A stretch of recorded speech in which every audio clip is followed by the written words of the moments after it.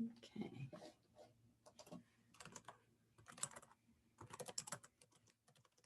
Happy lunchtime. I hope everyone has a nice snack.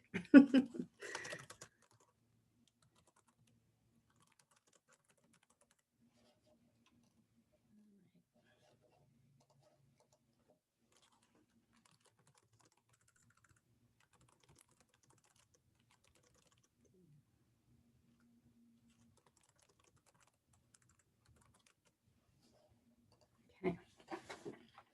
Very good. People are still coming in. That's wonderful. Welcome.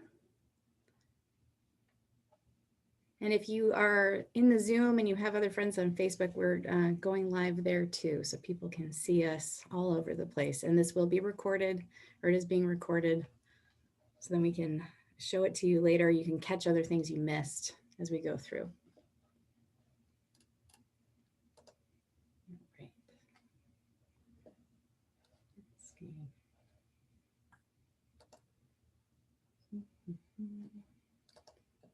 Okay, cool.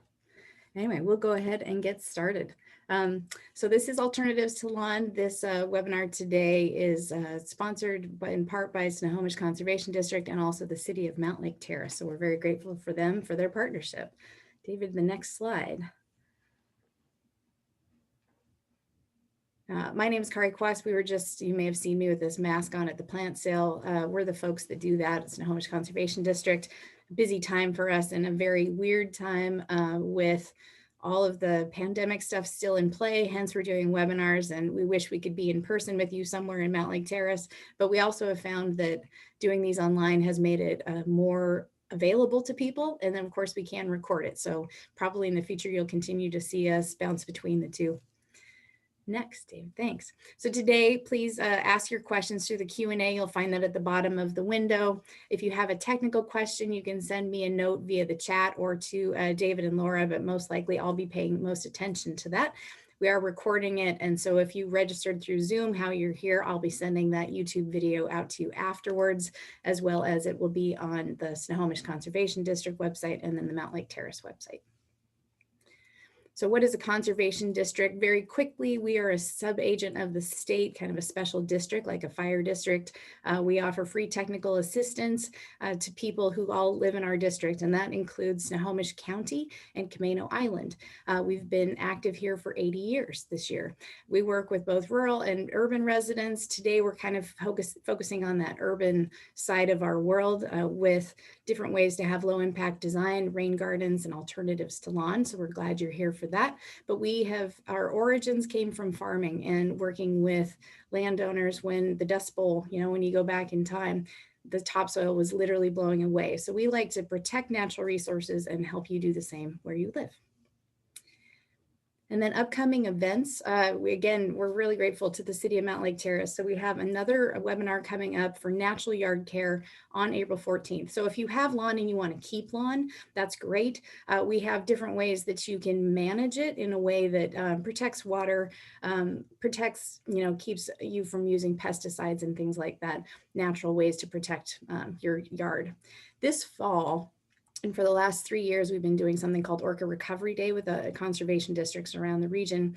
And so we will be doing a planting event, all things in person, hopefully this fall in Mountlake Terrace. And it'll include education about streamside stuff and around Lake Ballinger. So we're looking forward to that too. And then in a few weeks, we have another discussion on soil. So check out our website. The events page always has what's going on. And then I'd like to introduce Laura Reed. Laura Reed is the Stormwater Program Manager from the city of Mountlake Terrace, and she's going to explain why the city is sponsoring this event today. Laura. Yes, thanks, Kari. I just wanted to say that an important part of the stormwater program at Mountlake Terrace is building general awareness of methods to reduce impacts from stormwater runoff, and rain runs off lawns and landscaping, the same as it does off of roads and parking lots. Unfortunately, rain can pick up a lot of pollutants on the way to local creeks and Lake Ballinger. So I look forward to learning some new ideas through this webinar on how to reduce pollutants from lawns. And I thank Snohomish Conservation District for sharing their expertise. And back to you, Kari. Thank you. Thanks, Laura. And then without further ado, then I'd like to introduce my colleague, David Jackson. He's the Community Conservation Program Manager for Snohomish Conservation District. He leads what we call as our CC team. They do more of the urban projects, rain gardens, low impact development, detention ponds, all kinds of different stuff. So if you have technical questions and you live in the city or an urban area, David and his team can help you. So David, turn over to you. Thanks, Kari. So today we're going to talk about alternatives to lawns. This is more or less what it sounds like. It is a series of things that you can do around your home instead of having a turf grass lawn. So let's talk a little bit about some facts about lawns in the United States. Turf lawns are the single largest, most irrigated crop in America. They actually managed to outstrip both soybeans and corn in 2018. They use more water for irrigation than corn, wheat, and fruit orchards combined. If you know anything about fruit orchards, you know that they take a ton of water, so that's quite an accomplishment. The U.S. has a little over now 63,000 square miles of lawns, which is an area roughly a little bit larger than the state of Georgia. We also use about 17 million gallons of gas, $35 million on lawn care every year. So what are the alternatives? We all agree, yep, if you're here, you're thinking, well, I would like to either reduce or eliminate my lawn, but I don't know how to do that. I don't know what else I can do. So we're going to talk about a few different alternatives, including native gardens, low impact gardens, and sustainable landscaping. So before I get started, I want to give some disclaimers on this advice. All native gardens are unique. They are all different. I am not going to be able to give you a lot of really good catch-all advice. And most of the time, when you ask me a specific question about a plant or about your yard or about soil or about something specific, I'm probably going to have to say something along the lines of, I'll have to look, or it depends. I know that's really frustrating, and it's not a very direct answer, but it is an honest one, and I don't want to give you bad advice. I will say that you'll have my contact information at the end of this. If you have specific questions that you don't feel were answered, or that I said, hey, I'm gonna have to get back to you about that, or I'm gonna have to come around and look, please contact us, and we will find a way to get you some more specific information. So let's start with an introduction to native gardening. What is native gardening? Native gardening is just gardening that uses plants that are native. This has been a really popular thing in Washington now. Partially that's because of our local land ethic, and partially because we have a lot of really beautiful plants here that form very interesting landscapes.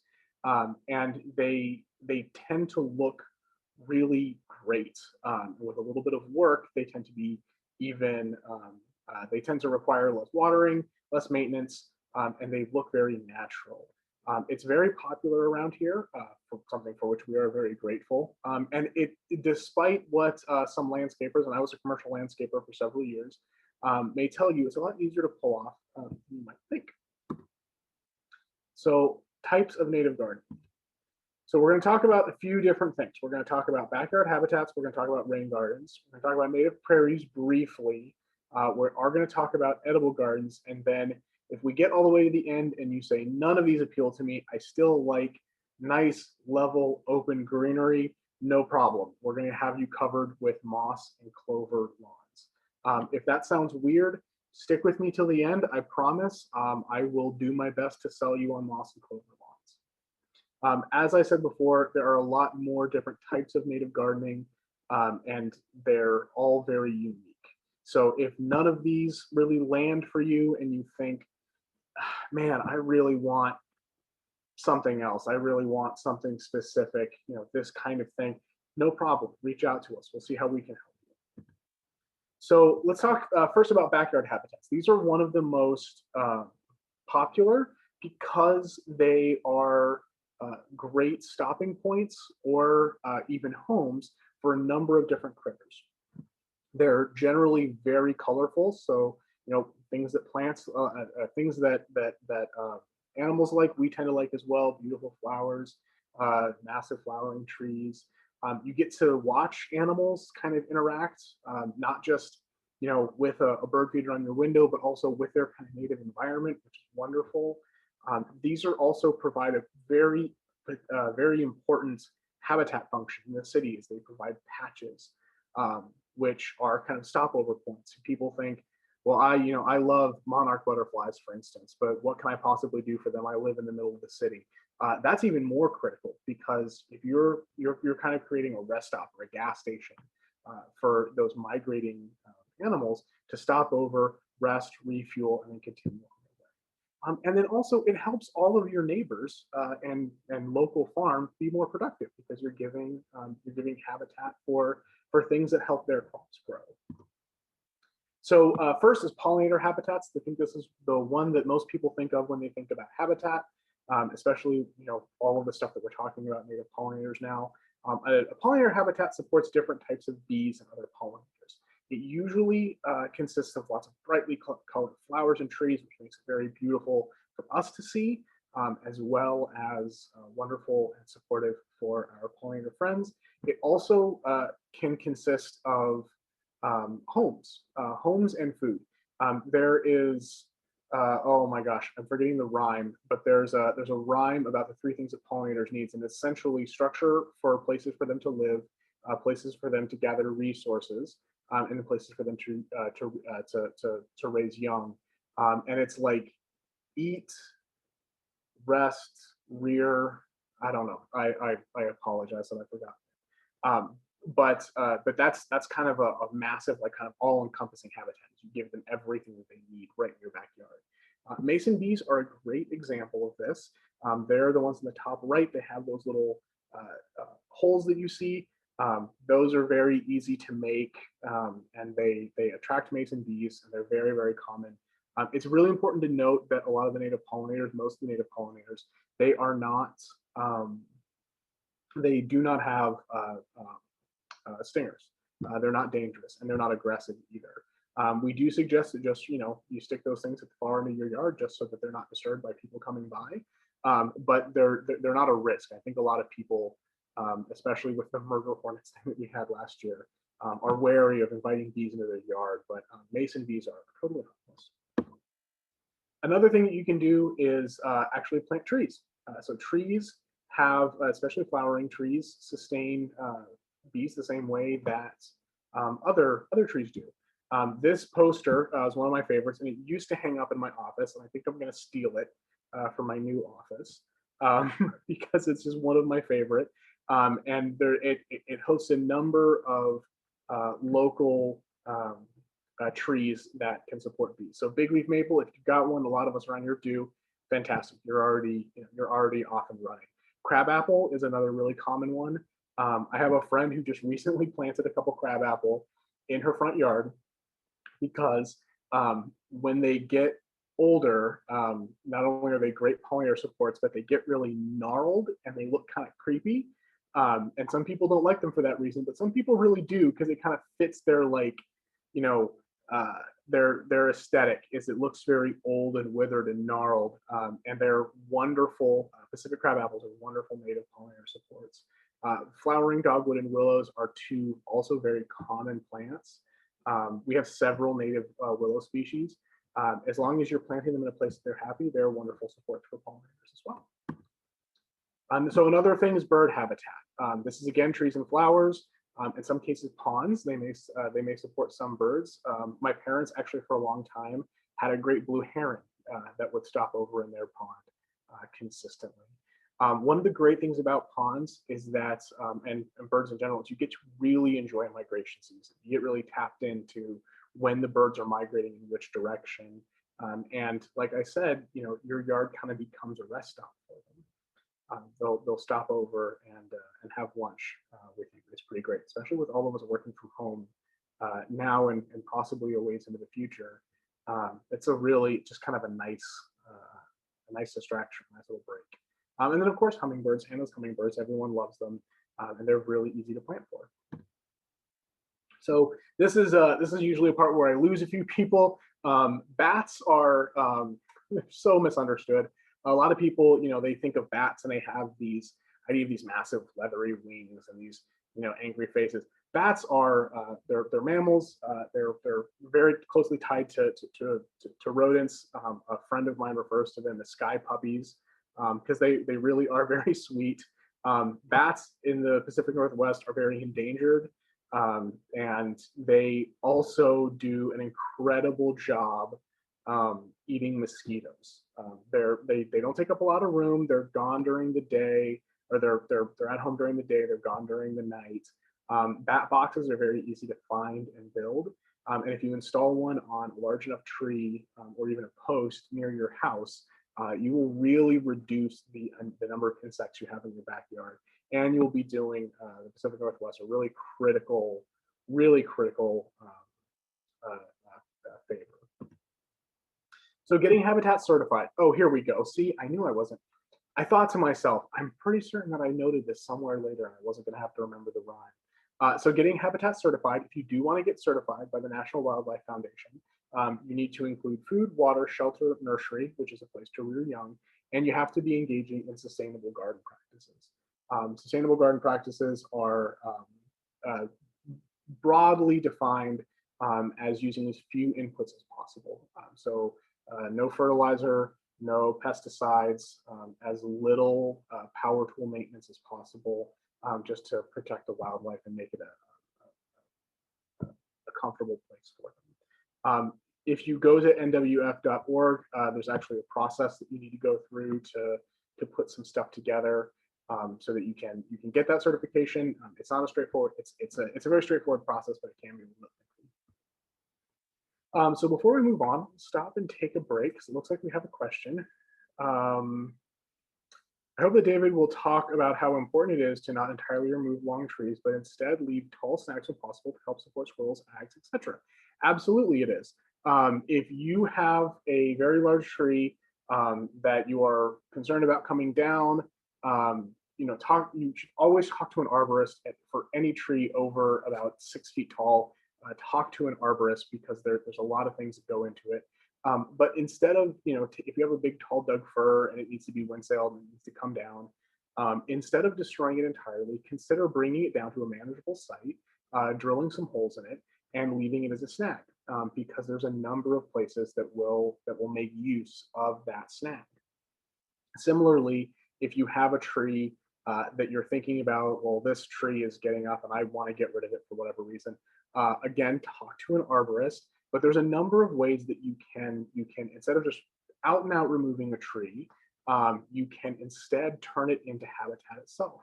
If you do not have any trees, you think, gosh, I am really near a river and I would just absolutely love to have some wildlife out here.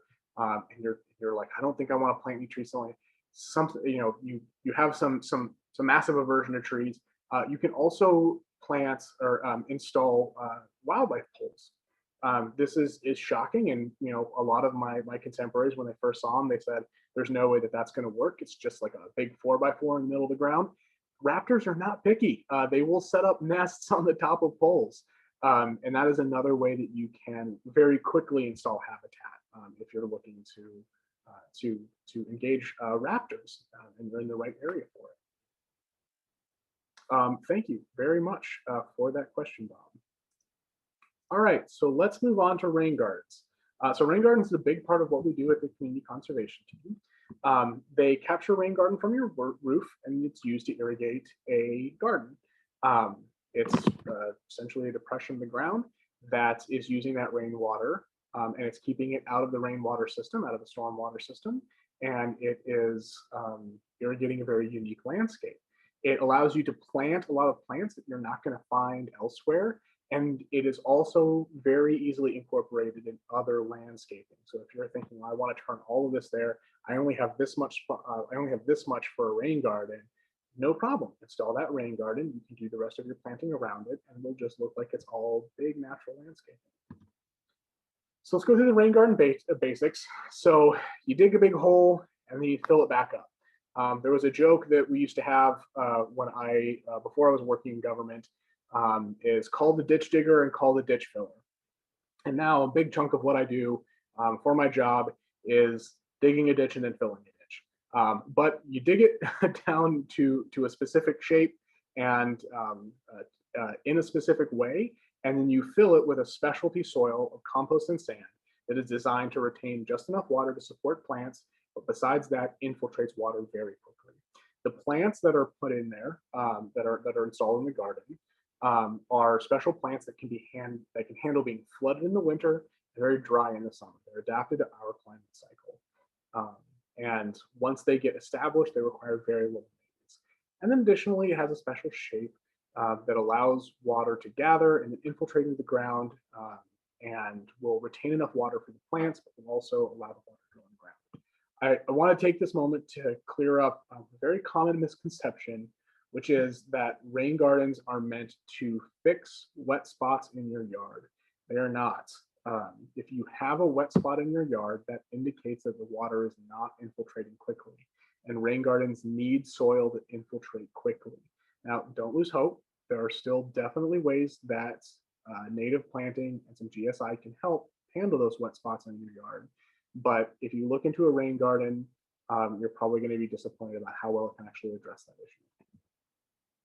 So a little bit more on stormwater and GSI. GSI stands for Green Stormwater Infrastructure.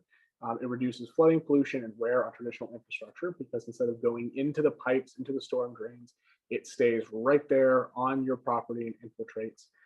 It's very helpful to your neighbors and your community, and it looks really good. Off on the right, you'll see some larger GSI installations, including in the sort of bottom middle, that is a bioswale in West Seattle, I believe, during an actual rainstorm. So you see the water is sort of gathered there. And then below that, you see a bioswale after, while it's dry, while it's sunny. You see the water is completely percolated. That water isn't going anywhere. It's being captured in that swale and infiltrates through the soil. And part of the reason it's able to reduce pollution is because the soil actually acts as a filter as it goes back to the groundwater. So it's similar to the way things were before we came along and put up streets and sidewalks and houses and stuff, but it's working in a very concentrated way. So another type of GSI is rain catchment. These are rain barrels, cisterns, things you've heard about before. These actually work really well with native gardens because you can store rainwater during the rainy season, and then you can use that water when it's dry. Since native plants are adapted to our water cycle, they don't need nearly as much water. But if you have plants that are not as well adapted, or if you have just a particularly wet, a particularly dry summer, instead of tapping in and saying, well, I'm gonna have to spend, our water bill is gonna spike because I have to go out and, water my roses or something like that, you can use rainwater. Doesn't look like we have any other questions, but I will take a quick break here just to let some folks add any into the Q&A before I move on to backyard prairies. I should have mentioned at the start, at the end of each section, I will take a brief pause. So anyone who has questions can try to add them. And if I, I will take a brief pause to answer some questions. As I said before, I will not be able to answer all of the questions, but I will definitely do my best. But I don't see any more coming in just yet. So I'm going to go ahead and catch up at the end of the next segment. So backyard prairies. So backyard prairies are interesting. Oh man, someone snuck in right under the wall, right under the wire there. Catherine asks, where can I find advice on drip irrigations that work with rain barrels? Great question. You should absolutely contact us for that. We've installed a number of these systems. The reason that it is you want some expertise when installing specifically drip irrigation with rain barrels is because as rain barrels hit roofs and carry on and enter as rainwater hits roofs and enters the rain barrels, it carries sediment with it, and sediment can be very difficult with drip irrigation. It is very it can clog things. It can cause a lot of issues. So you want to be kind of specific and careful about the filtration that you put on it, so that you're capturing the sediment and the actual emitters that you're using. So Catherine, go ahead and contact us, and I will be happy to talk you through that. We've done a lot of those installations. We have some good recommendations for you. And then Linda asks, I'm guessing you need special permits to dig and refill a native plant area for water. I'm not entirely certain what you're referencing. When you say a native plant area, do you mean like a natural growth protection area? Because yes, that would be, that is something that you definitely need to contact your municipality about. If you mean a critical area, then that is something that you definitely need. You actually need to talk to the state about. If you mean just like a native plant area in your home, no. You as long as you are adhering to the 811 rules and your municipal rules, you can dig up and work in anywhere in your yard. I'm specifically talking about like residential within your yard. If you're thinking about like a larger agricultural project or an area that has an MPGA, that is something that we should talk about more in depth. What can we do about yards that get marshy because the water doesn't sink into native plants survive in just conditions? And yes, as a matter of fact, not only do they survive, they thrive. You want to look for specific, this is Mike and Susan D asking this. You want to pick the right plants that are comfortable with having what the term we use is getting their feet wet in the winter and then can be dry in the summer. And they will actually help eliminate that water. So one of the things that plants do, and I'll try not to get too far into the weeds with botany here, but one of the things that plants do is they take water up through their roots, and then they eliminate water through a process called evapotranspiration. And that's two parts. That's evaporation, which is, you know, if you leave a glass of water out on the counter, the water, there's less water in it tomorrow. That's evaporation. Transpiration is the process by which plants are respirating and water vapor is exiting their stoma along with oxygen. It's part of photosynthesis. It's a good thing that it happens. But plants, especially woody shrubs, will take up and store a good amount of water and then also transpirate it out. So you have to think about it as like putting very hungry plants down in that, or very thirsty plants down in that wet spot, and they're going to get rid of the water for you. The big challenge is what plants will go there. So Mike and Susan, or Mike or Susan, if you have questions about that, if you're concerned at all, please go ahead and contact me, and we'll be happy to have a conversation about that. Linda comes back and says, "Yes, I was talking about say replacing along with a self-sustaining native plant area." Yeah, you don't need a permit for that. If you are going to, whatever you do inside your yard is okay. Now, I will say, check to make sure that you are not in a native growth protection area, and also check to make sure that that part of your lawn, of your area, is not what's called a critical area. If it's replaced with lawn, or if it's lawn currently, I'm guessing that it's not. But you can look all that information up on a website called Scopy. If you just type in SCOPI, you will be able to find all kinds of information about your parcel on a map. And then Keen says, "Can we keep the leaves from deciduous mulch from deciduous trees as mulch during the fall seasons?" Yep, absolutely. In fact, that's exactly what I think you should do with them.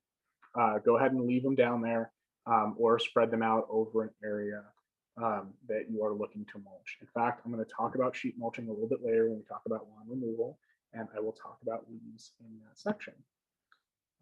In particular, big leaf maple leaves are wonderful. Okay, thanks everyone for jumping in on the questions there. I'm going to move on to backyard prairies now. So backyard prairies are very, very unique. I'll show you how unique here in a second, but the idea is that if you think, well, you know, this is nice, but I don't really like trees. I like big open areas and I like some color. Backyard prairie may work well for you. They are very deep rooting grasses and flowers. They are plant communities you are unlikely to find anywhere else, and they are absolutely beautiful, and you really get to show off because they're very unusual. So this is a map of native prairies in Washington. This is about 10% of what the native prairies and burned prairies were in Washington. They are the single most endangered landscape in the state, and that is very bad news because there are several plant species that only grow in prairies. You are unlikely, if not impossible, to find them elsewhere. There's a lot of reason for this. The most common one is that prairie lands make for very good farms, and people tend to live near farms. So our towns have grown up around those. So not only will you be having a very unique landscape, you will also probably, you'll definitely be helping an extremely endangered landscape if you decide that you want to host a prairie. So how do they work? So if you see that little red circle over there on the left, that is turf grass. And the rest of these are deep prairie roots. So you see how deep these roots go. What's important to know is that one, those roots are sequestering carbon. Those soils are so incredibly rich because they are sequestering carbon from up top and using that to grow roots down, but they are also getting down deep into those deep mineral soils, and they are pulling nutrients up. So your topsoil becomes more and more fertile as those two processes go on in prairie roots. They die off back down to the roots every single year. Most of them, I think there's a couple that don't, but most of them die off to the roots every single year. And as they die back to the roots, as they die back, the roots stay growing and strong, and then they come right back up the next year. So it looks very much like a kind of normal garden, but there's all this action going on underneath the soil that makes them just incredibly strong, incredibly resilient, and nutritious landscapes. Oh, I missed one of my notes. Sorry, everyone. So as you can tell, there's invasives on the left and natives on the right. You can see that the natives, they have deeper roots than most of the invasives, but they also have roots that spread outwards by a great deal. They're capturing a lot more water. They're sequestering more carbon, and they're also accessing more of the soil than the invasives are. So they're extremely unique. If you are interested in climate change and carbon sequestration, they're a really easy way to do it. A lot of people think about trees. Prairies do a lot of the heavy lifting as well. They're extremely low maintenance. And here's my big disclaimer: do not collect prairie plants in the wild. Because prairie plants are so endangered, collecting them in the wild is a huge no-no. Don't do it. There's a lot of very easy ways to get prairie plants. They are a little bit more expensive in some cases, but do not collect them in the wild. I'm going to talk about how to get native plants later on, but I cannot stress enough, specifically with prairie plants, do not collect them in the wild. Hey, David, there's kind of a combination of questions that have come in related to things maybe buried in the yard. So one, if you have a natural gas line or buried cable sewer lines, would the deep roots of the prairie plants cause an issue when they reach these lines? That's a good question. I'm going to talk about digging later on. And when I talk about that, I'm going to talk about calling 811 and doing utility locates. In general, don't plant anything over the top of utility lines. Just try not to do it. Gas lines in particular, they're so dangerous. I have hit a couple in my life. I don't recommend it. Water lines are similarly difficult, especially if they're older water lines. We're going to talk a little bit more about excavation when we talk about this stuff later on. But in general, anytime you are digging in your yard at all, you want to do an 811 locate just to cover your own behind, and then you want to not plant anything directly over the top of that. Similarly, with any kind of drain field or septic tank, do not plant over the top of it. Yeah, that's great. The other one was about rain garden in a yard over an old heating oil tank. So same thing, call before you dig. Call before you dig. Always call before you dig. Always, always, always call before you dig. And I see this one. I plan to let my backyard grow tall, introduce native flowers to it. Is that a good idea? And if so, what is the best way to do that? We're going to talk about sheet mulching here in a second, and I would actually suggest sheet mulching over that for a few reasons. But mainly because turf grass is a wimp, and you want something stronger in its place. And one last question I just typed in the answer is someone had asked about who sells rain barrels.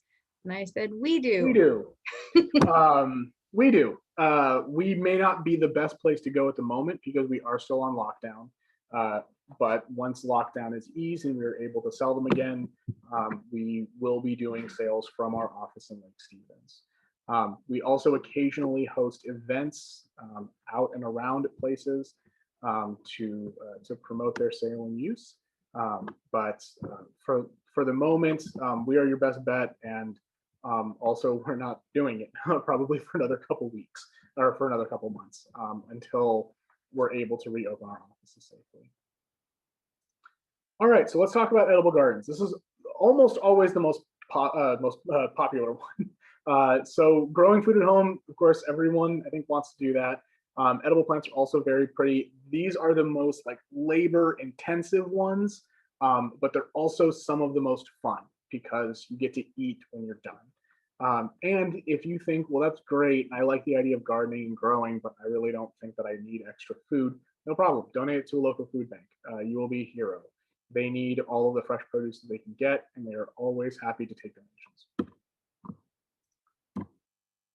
So here's a warning. I know a good amount about food systems, but I am an infrastructure planner.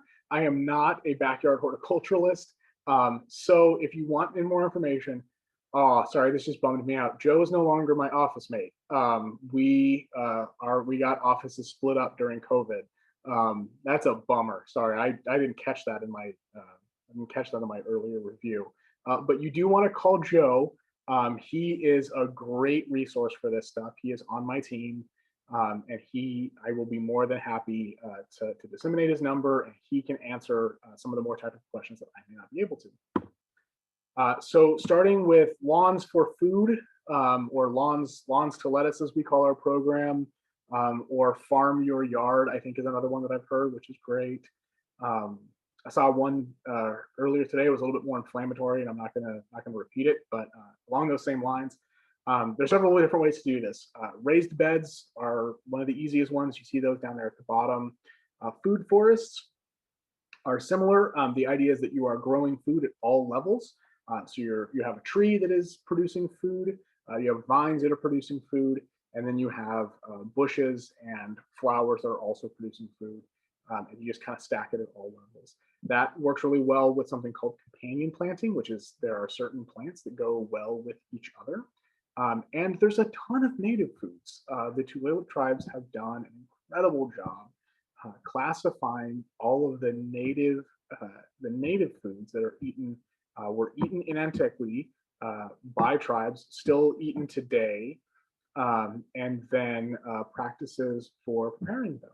There's also a great number of books on this. That is actually one of the books, is the first place that I learned how to make bread out of cattails, which I strongly recommend. It's very sweet, it's kind of like rye. So remember this, that portion was very, very short because again, everybody, if you're interested in this, if you think, oh, companion planting sounds amazing, or I want to grow cattails to make bread, or where can I get planter boxes?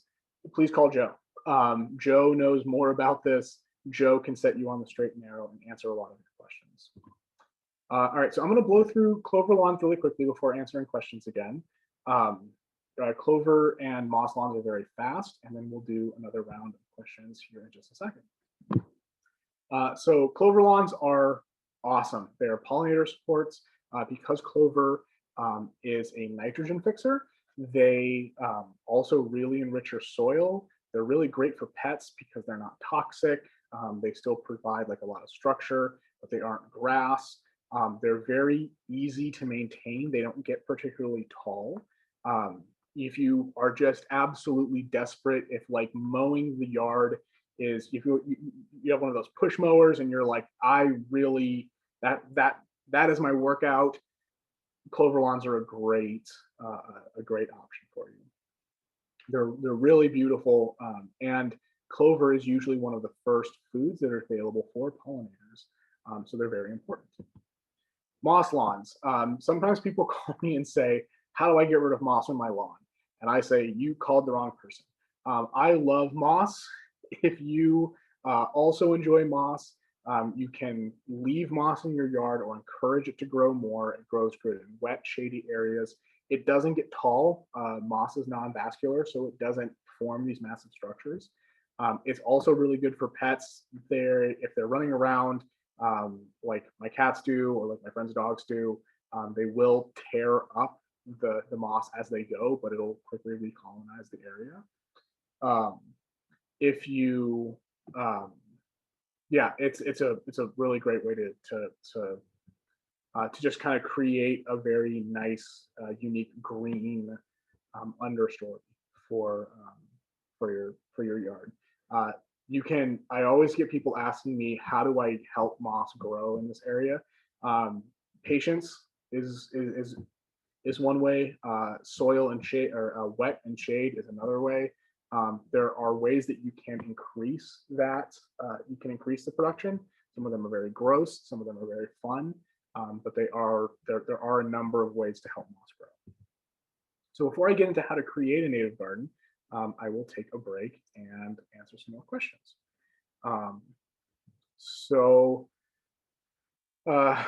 Salarupta asks, are people available to visit individual houses and give specific ideas and guidance on how to convert lawns into one of these wonderful and sustainable options?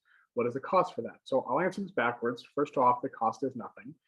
We are a function of the state. We do not charge for site visits. We are just a resource that is here for you to use. People are available to do site visits and give you some specific feedback. However, until the state reopens, until we're all vaccinated and everything is safe again, we have a lot of rules around site visits. So we will probably go back and forth and try to schedule something and be very, a little bit kind of cautious about how we will actually reach out to you and conduct a site visit. We have some more rules around that. But yes, contact us, contact me. Just say, I was in the Mountlake Terrace Alternative to Lawns class. I would like some information on my yard. This is what I'm trying to do. This is the issue that I'm having, and we'll be happy to find to get you some answers and find a time to come out and check out your situation. Damien asks if we have a backyard where we're interested in mixing a moss clover lawn due to a combination of shading the sun. Is there a way to blend the two together, or do they need to remain separated? They do not need to remain separated. They absolutely do not need to remain separated. Moss grows through grass already. People commonly want to know how to keep moss out of their grass. So I would say, if that is the case, just start seeding clover and encourage moss to grow back where possible, either by creating, by wetting part of the area, or by creating consistent shade. But no, good question. There's no reason that you couldn't mix moss and clover. Okay, so let's talk about how to create a native garden. So there's 4 steps to this. You create a plan, you get rid of the sod, you amend and protect your soils, and then you use native plants. Easy peasy. So creating a plan. So the first thing you need to do is you need to determine your soil type. You can do that with us. There's a number of ways you can determine your soil type, but there's a lot of academic works on soil type. But essentially, what you're gonna have to do is you're gonna have to dig up some soil in the area, and you're gonna have to go through a process and figure out if it drains quickly, if it's nutrient poor, if it's too rocky. A lot of different questions, but the main thing that you're looking for is how quickly does it drain. Next thing you're going to do is you're going to look for sunny, shady, and partially sunny areas. their plants are divided into full sun, full shade, and partial sun, and you want to make sure that they are going to be happy wherever you plant them. Make sure that you don't just do this like walk out at noon and say, all right, that area is sunny, because the sun moves and your shade will move with it throughout the day. So make sure that you're looking at, okay, this place gets afternoon sun, this place is always shady, this place is only shady for the morning, things like that. You'll need to determine your yard size. This one's probably the easiest. You don't want to, if you have a tiny little postage stamp backyard and you think I want to plant a big leaf maple, that's probably not going to be optimal. It'll be fine for the first year or so, and then once it gets up to 12 feet tall, it's going to be a real problem. You want to decide what kind of look you're going for. I suggest just kind of trolling through websites and find looks that you like and go, gosh, that looks awesome. What kind of plant is that? Or, oh, I think this is really beautiful. When it's safe, you can go to nurseries and just kind of ask to wander around and think, oh, this is a beautiful tree. I want one of these. Or, oh, I really like lavender.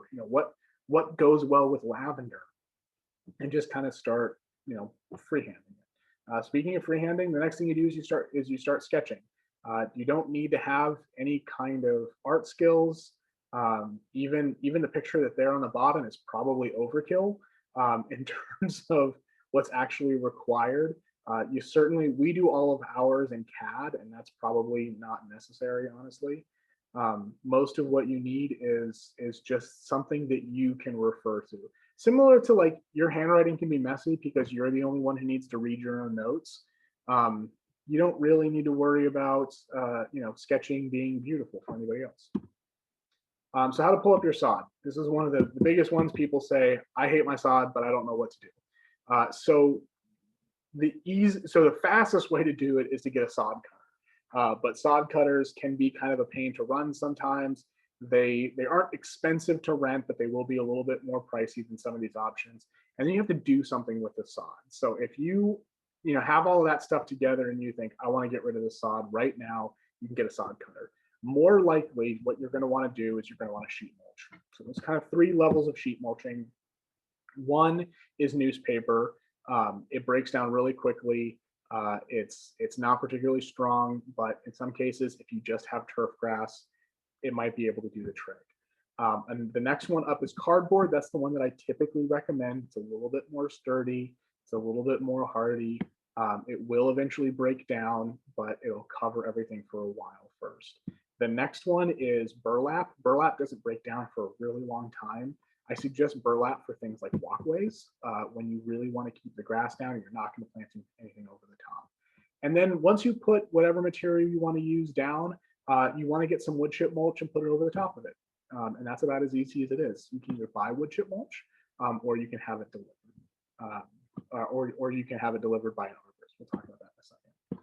So where to get materials? Materials yards is an easy one.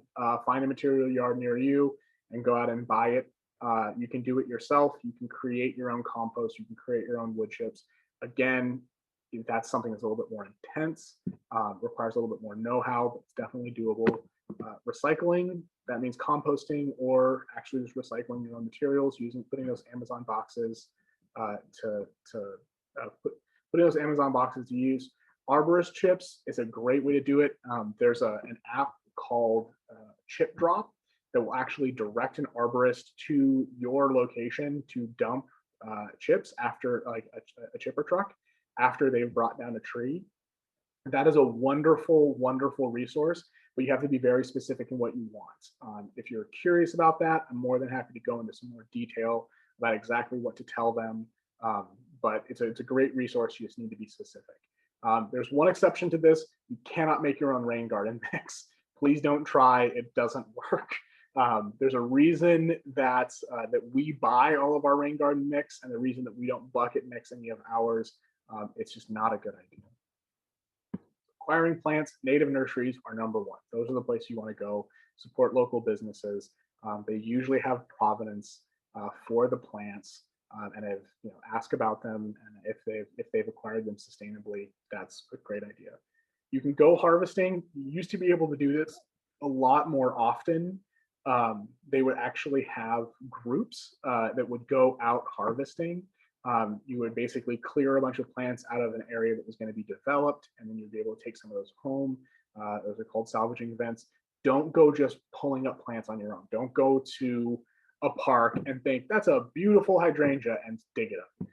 Don't do any of that. Seeds, you can definitely get seeds. They are less expensive than buying full-blown plants, but you're also running a little bit of a risk. I suggest seeds for things like clover, where you're just going to be throwing handfuls of them out, and you're not going to be as worried about them actually. You're not going to be as worried about survival. And then, of course, conservation district plant sales. Unfortunately, we just had ours, but there's usually conservation district plant sales going on all of the time.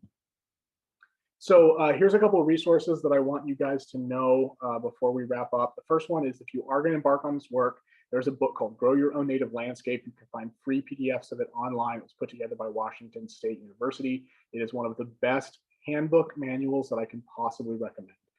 It has so much information and resources in it, and it's so accessible. Strongly, strongly recommend that. Western Washington Rain Garden Handbook is a must if you're going to do a rain garden, and I don't mean that euphemistically. I mean it is a must. You really need to get that book and understand that book. If you're having any problems understanding it, please reach out to us. We're happy to help. And then the Prairie Landowner Guide for Western Washington is a fantastic book. I actually read it while I was out camping on a Douglas or on a Gary Oak prairie. It's a really fun read if you are going to try to embark on that at all. Organizations: WSU Extension, National Wildlife Foundation, Xerxes Society, and of course us, Snohomish Conservation District. Xerxes Society and National Wildlife Foundation are awesome if you're looking at habitat, including pollinator habitat. All right, so it looks like we have a couple more questions. How are we doing on time, Kari? We're doing great. Okay, cool. So let's we have anonymous attendee. Do you have a list of landscape designers who can design my yard and oversee installation of edible and native growth? If not, how can I find someone who really gets design with native plants? I have a bunch of those. I used to work for most of them, so I'm reluctant to say you need to go talk to so and so. We have resources, actual like lists of people that do this kind of work. As a part of the government, we do not give recommendations. Like you need to go talk to this person, and so we will give you several people that we have heard do good work in this area. That's part of our covenant with small business. Anonymous attendee, if you would like to email me, my contact information is up on the screen right now. If you would like to contact me with that request, I'm more than happy to send that list out to you. That's kind of the best that I can do with this kind of request. Kathy wants to know, what about plastic for getting rid of sod? Plastic works really well on large scales.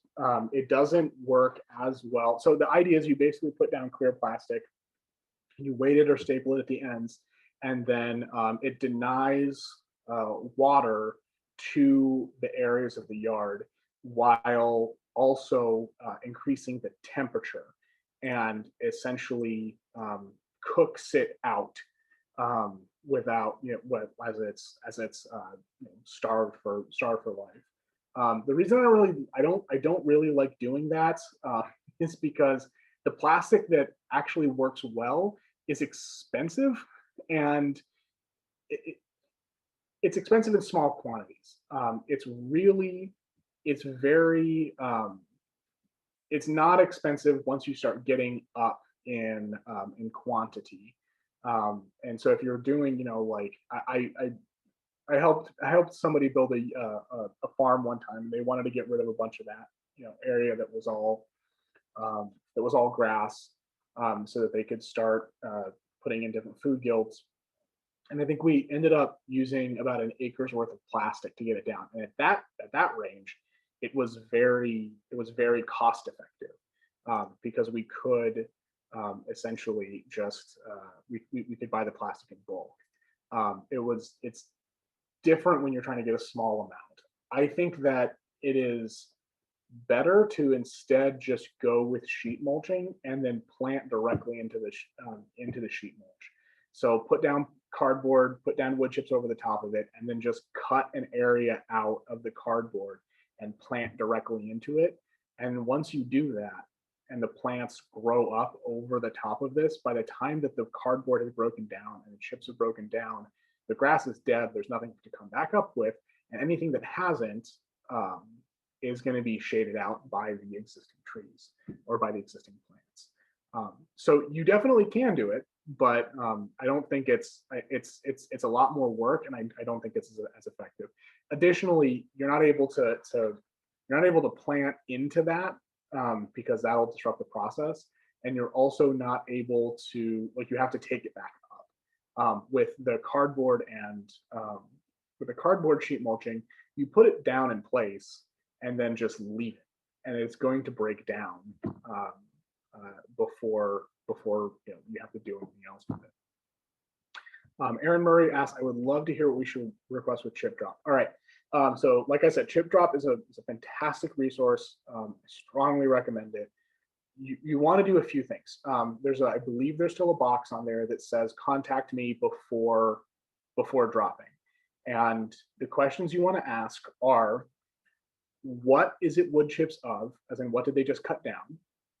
You want to ask how much it is, and you want to ask what form it's in. So if they will generally drop one of three products or a mix of them. They will usually drop wood chips, they will drop rounds, and they will drop branches. And the reason that they do that is because that's just how the tree comes down. Now, you can use branches and you can use rounds, but what you probably specifically want are wood chips.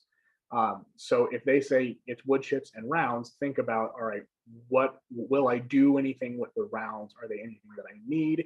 Can I cut them up for firewood? Things like that.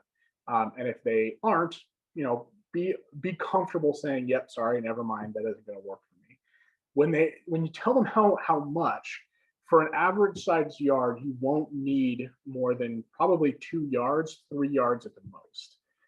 So if they say, oh, it's 8 yards, understand you are getting an enormous amount of wood chips. You are getting like a car's worth of wood chips, like a full size, like sedan's size of wood chips. And they are not going to be interested in like dumping a little bit at your place and a little bit somewhere else. They want to get rid of all of this stuff immediately. And then the last one, when you want to ask them why or what they have cut down, the reason being is that depending on what they've brought down, it may or may not work for your yard. If they've been chopping down and chipping cherry laurel actually concentrates arsenic. That means that your soil is going to be too toxic for anything else to be planted there. If they have chopped down holly, which is very common, there is a good chance that you will end up with holly sprouts in your yard. That is not stuff that you want to deal with, either one of those things. So if they say, oh, we just knocked down a big leaf maple and it's mostly chips, there's no branches, it's a round, that may work well for you. But again, you need to know how much is going into it. So yeah, that's the sort of thing you need to keep in mind. And you need to be comfortable. If they don't drop it at your place, they will find somewhere else to drop it. So you're not inconveniencing them. In fact, you're doing them a favor by taking it. So if they're trying to get rid of something that isn't going to work for you, be comfortable saying no. They will be okay.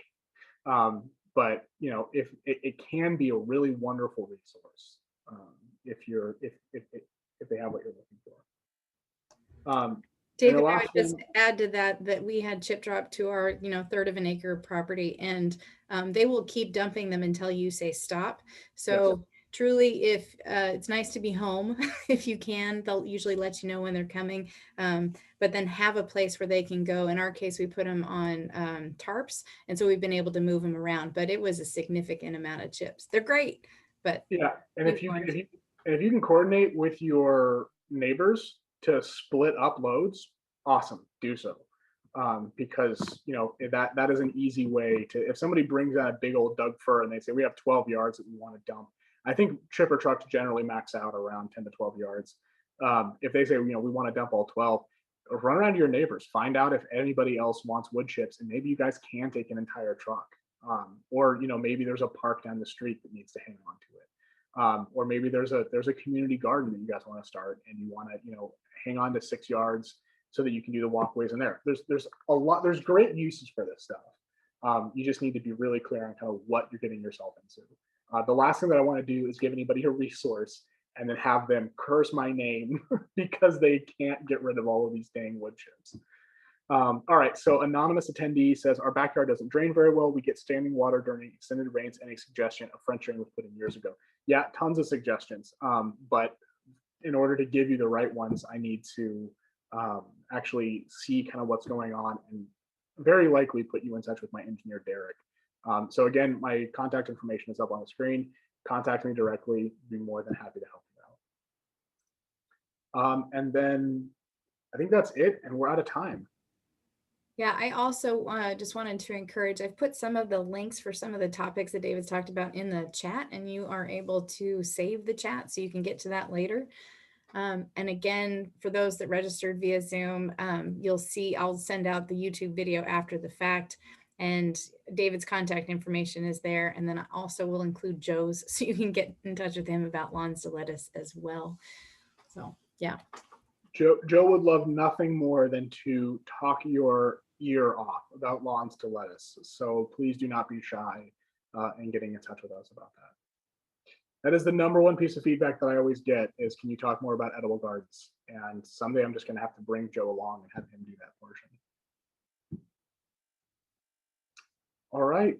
Well, if there's no more questions, I think we have. I would just encourage people, join us again on April 14th, another Wednesday at noon, when we'll also be talking about natural yard care. And I will put that link in the chat here in a second as well. And Kathy Johnson has asked, how do we save the chat? Oh, down at the chat window, there's 3 little dots above where it says all panelists. And then there should be at the top of that little drop down thing that says save chat. Yep. Right where you would be typing a message to me, look for the 3 dots in that little window. Yep. And I'll put, again, here's the link to the April 14th class. And I had to, use sheet mulching as an example there. Cardboard is great. I know a lot of people are getting packages right now. Just use it in your garden. Pull off the plastic and put it down. It works really well. Anything from Laura? Do you want to have any closing thoughts from the city of Mountlake Terrace side? No, I think you guys covered it really well. Thank you very much.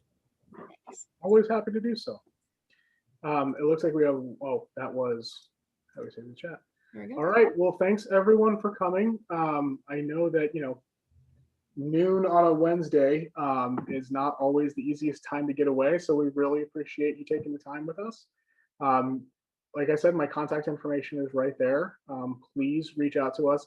You can also just go to the Snohomish Conservation District website and look under staff, and you will find us no problem. My picture looks exactly like this. And you will be able to, my contact information is there, and you can follow up with any questions at all.